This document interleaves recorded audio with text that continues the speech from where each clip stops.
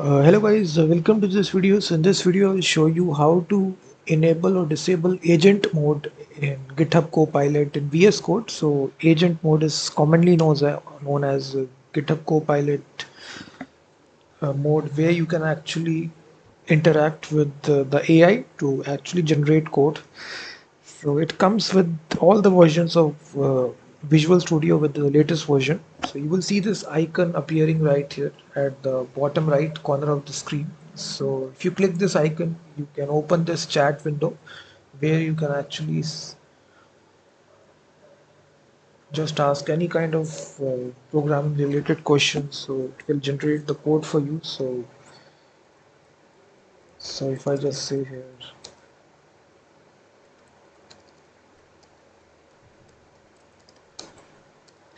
so as soon as you write this, you will see it will generate the code for you. And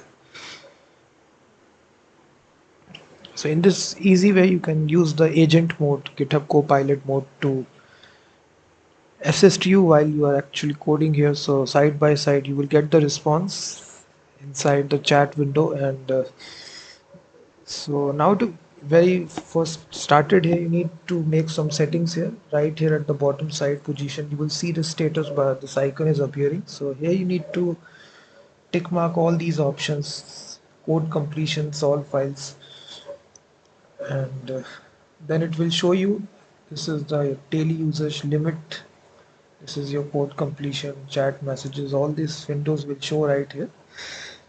And also if you're doing it for the very first time, you need to log in with your GitHub account here and to get started. So simply at the bottom side, simply click on manage Copilot, and this will redirect you to the actual login screen. So here you need to log in with your GitHub account. So I've already done that. So just make sure that you enable this. So if you have disabled, just change it to enabled. And in this easy way, you can integrate the GitHub Copilot in VS Code and start using the agent mode. So it's very easy. So it comes within the VS Code, so no need to install any sort of third-party extension. So it is built in. That's why it's called as agent mode. So in this easy way, you can use this. So please hit that like button, subscribe the channel, and also check out my website freemediatools.com, which contains thousands of tools.